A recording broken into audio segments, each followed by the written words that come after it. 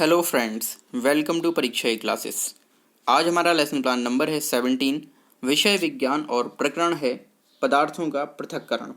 इससे पहले मैं 16 लेसन प्लान मैथ और साइंस दोनों के ही डिस्कस कर चुका हूं, जिनके वीडियोस आपको चैनल पर बनी हुई प्लेलिस्ट में मिल जाएंगी। दोनों ही प्लेलिस्ट अलग अलग बनी हुई हैं, वहां से जाकर आप सारी वीडियोस देखकर अपने लेसन प्लान तैयार कर सकते हैं। साथ ही उन सभी को यह लेसन प्लान आप शेयर भी कर सकते हैं जिनको लेसन प्लान बनाने में दिक्कत आ रही है। चलिए देखते हैं आज का प्रकरण कैसे तैयार करना है। हमेशा की तरह सबसे पहले हम दिनांक और दिन लिखेंगे। इसके बाद विषय विज्ञान, उपविषय भौतिक विज्ञान, प्रकरण पदार्थों का पृथक्करण, कक्षा, वर्ग और कालांश और अवधि लिखना है। कालांश आपको मध्याह्न अवधि से पहले के किन्हीं 2 कालांशों को ही मैथ और साइंस के लिए आरक्षित यानी कि देना होता है। विद्यालय का नाम, जिस भी विद्यालय में आप टीचिंग के लिए जा रहे हैं यहाँ पर उस विद्यालय का नाम लिखा जाएगा।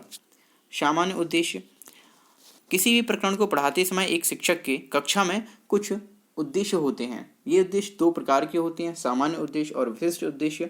सामान्य उद्देश्य जो होते हैं वो पूरे विषय यानी कि पूरे ओवरऑल सब्जेक्ट के लिए होते हैं, लेकिन विशिष्ट उद्देश्य केवल उस प्रकरण के लिए होते हैं जिस प्रकरण को उस दिन छात्राध्यापक कक्षा में पढ़ाने जा रहे हैं।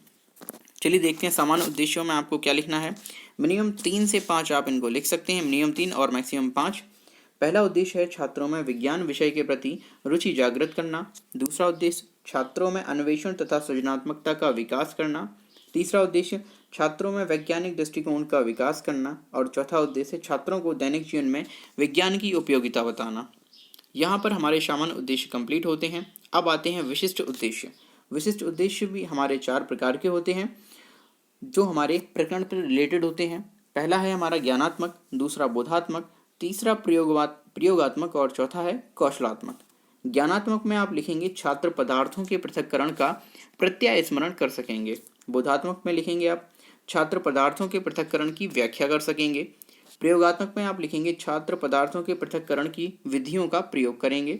और कौशलात्मक में छात्र पदार्थों के पृथक्करण का उचित विश्लेषण कर सकेंगे।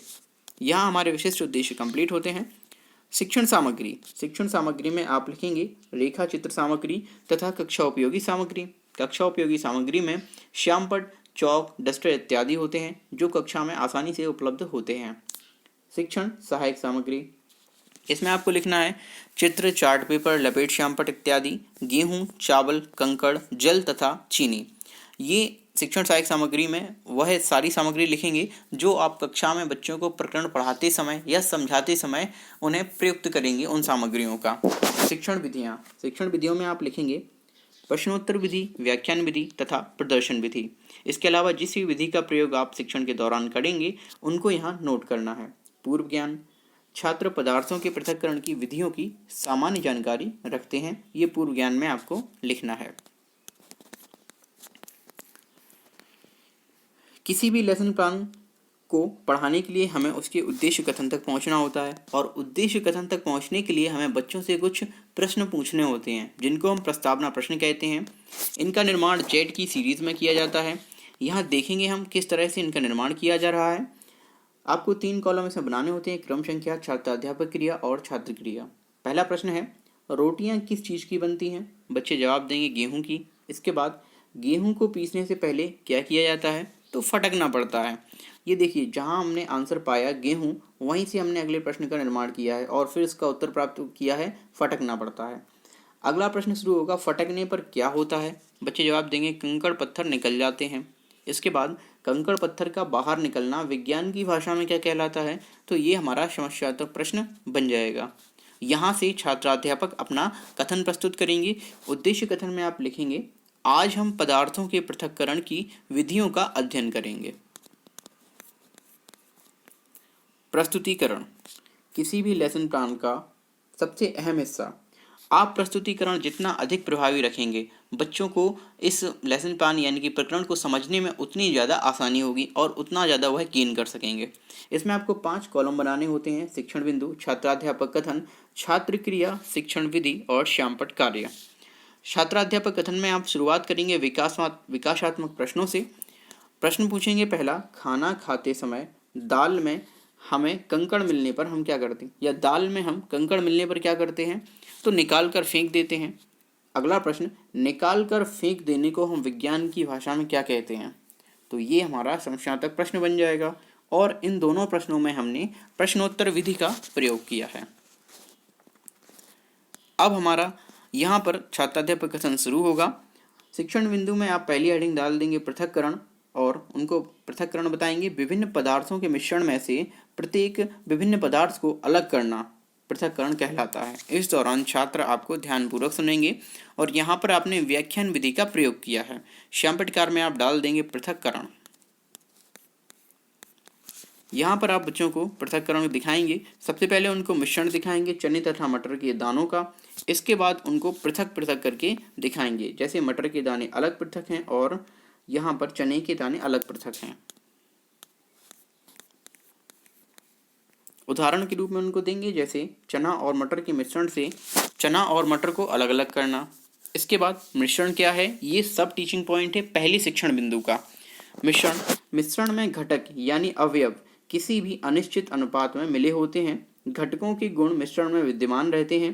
प्रत्येक घटक को पृथक किया जा सकता है, जैसे नमक तथा रेत का मिश्रण। इस दौरान आपको छात्र ध्यानपूर्वक सुनेंगे और आपने यहाँ पर व्याख्यान के साथ साथ उदाहरण विधि का भी प्रयोग किया है और आप यहाँ पर श्यामपट में डाल देंगे मिश्रण। अब बच्चों से हम कुछ बोधात्मक प्रश्न पूछेंगे ताकि हम यह जान सकें कि बच्चों ने कितना गेन किया है। पहला प्रश्न होगा, दो या दो से अधिक मिश्रित पदार्थों को अलग करने को क्या कहते हैं? बच्चे जवाब देंगे पृथक्करण। इसके बाद अगला प्रश्न पूछेंगे, मिश्रण में पदार्थों का अनुपात होता है यानी कैसा होता है? तो बच्चे जवाब देंगे अनिश्चित होता है।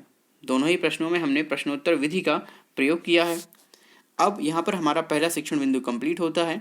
अब हमें अपने दूसरे शिक्षण बिंदु की ओर बढ़ना है, तो हम बच्चों से सबसे पहले कुछ विकासात्मक प्रश्न पूछेंगे। पहला प्रश्न होगा, हम नमक व पानी के मिश्रण को कैसे अलग करेंगे? बच्चे जवाब देंगे धूप में रखकर। इसके बाद दाल और कंकड़ को कैसे अलग करेंगे? तो फिर से बच्चे जवाब देंगे ओसाकर। इसके बाद अगला प्रश्न होगा, ओसाना व धूप में रखने के अलावा पृथक्करण की कितनी विधियां हैं? यहाँ पर बच्चे समस्या में पड़ जाएंगे और उनके लिए यह एक समस्यात्मक प्रश्न बन जाएगा। इन तीनों प्रश्नों में हमने प्रश्नोत्तर विधि का प्रयोग किया है, जो हम यहाँ पर लिख देंगे। अगला शिक्षण बिंदु शुरू करने से पहले आपको बच्चों को कुछ उदाहरण दिखाना है शिक्षण सहायक सामग्री के रूप में। जैसे यहाँ पर नमक तथा चीनी का मिश्रण दिया हुआ है। इसके बाद इन दोनों के मिश्रण को यहाँ पर हमने अलग अलग किया हुआ है। चीनी के दाने और नमक के दाने अलग अलग हो गए। दूसरा शिक्षण बिंदु यहाँ से शुरू करेंगे, तो सबसे पहले आप शिक्षण बिंदु में हेडिंग डाल देंगे पृथक्करण की विधि। यहाँ पर पृथक्करण की विधि हेडिंग हो जाएगी और छात्राध्यापक कथन में आपको कथन प्रस्तुत करना है, ठोस पदार्थों को ठोस पदार्थों अघुलनशील को द्रव से पृथक करने तथा घुलनशील ठोसों को द्रव से पृथक करने की निम्नलिखित विधियां हैं। पहली विधि फटकना या ओसाना, फटक कर, और दूसरी है वीनना यानी चावल से कंकड़ बीन कर। तीसरी है चालना यानी कि छानकर या छलनी से छानकर। अगला थ्रेसिंग मशीन द्वारा पृथक्करण और अगला है ऊर्ध्वपातन ठोस को सीधे गैस में बदलकर। इस दौरान आपको छात्र ध्यानपूर्वक सुनेंगे और आपने व्याख्यान के साथ साथ उदाहरण विधि का प्रयोग किया है। हेडिंग डाल देंगे आप श्यामपट पर, ठोस को ठोस से अलग करने की विधियां। अगली जो विधियां हैं वह हैं तलछटीकरण यानी वालू का पृथक्करण, दूसरा छानना यानी कि छान कर पृथक करना, और तीसरा है अपकेंद्रण यानी दूध से मलाई का निकालना। सेम इस दौरान भी आपको छात्र ध्यानपूर्वक सुनेंगे और व्याख्यान के साथ साथ आप उदाहरण विधि का यहाँ प्रयोग कर रहे हैं। हेडिंग डाल देंगे श्यामपट पर घुलनशील ठोस को द्रव से अलग करना। अगली जो विधि है वह है वाष्पन, नमक जल से जल को वाष्पित करके। दूसरा आशवन, नमक जल से जल का आशवन करके।